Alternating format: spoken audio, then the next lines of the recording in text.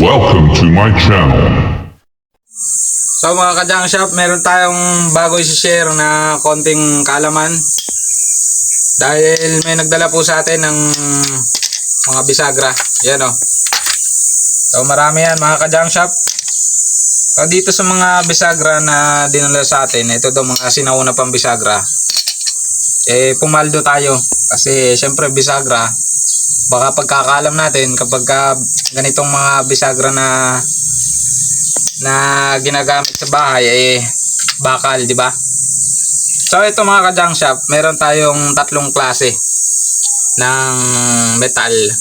Pero tatlong klase ng bisagra. Pero iba't ibang metal. So dito mga ka-junk shop, nakikita nyo yan. Ito. So para namang walang pagkakaiba, no? Kasi kapag wala tayong alam sa mga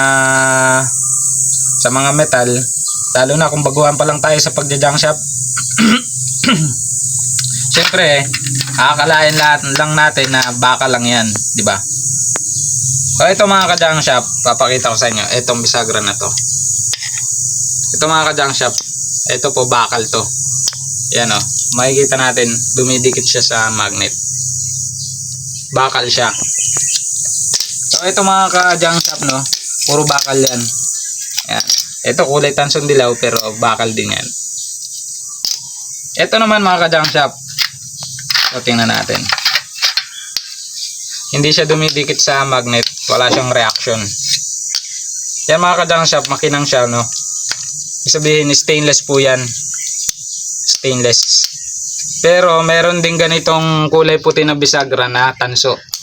Kailangan nyo lang kiskisin para malaman nyo, no. So gumamit lang po kayo ng pwede itong mga sirang lagaring bakal para kiskisin nyo yung pagkametal nya. So kapag ka stainless, makikita nyo naman maputi talaga yan. Yan.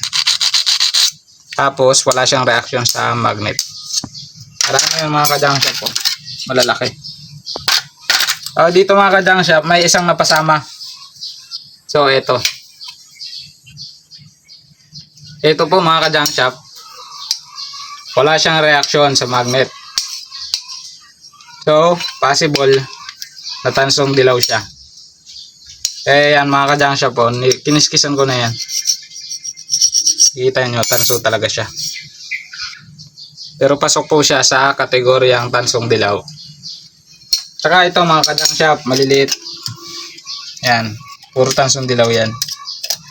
Ayan o. Kaya mga ka-junk shop, kapag nakakabili po kayo ng mga ganitong klase, check nyo po muna. Kasi yung ibang mga sinauna niyan, meron pa mga tanso katulad nito. So subukan natin timbangin yung nakuha natin. Pasensya sa kiluhan ha. Ganyan lang talaga yan, bungi-bungi na pero ayos pa yan. Yan o, kulang kalahating kilo agad mga ka-junk shop o. Paldo. Ito pa o, dagdagan natin. Puro tanso din yan.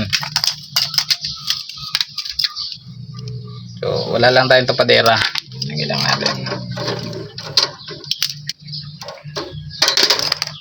May higit 1 kilo na pala agad yan o. Oy, kulang 1 kilo. Yung mga ka-junk shop, kaya kapag nakabili po kayo ng mga ganito, check nyo po muna.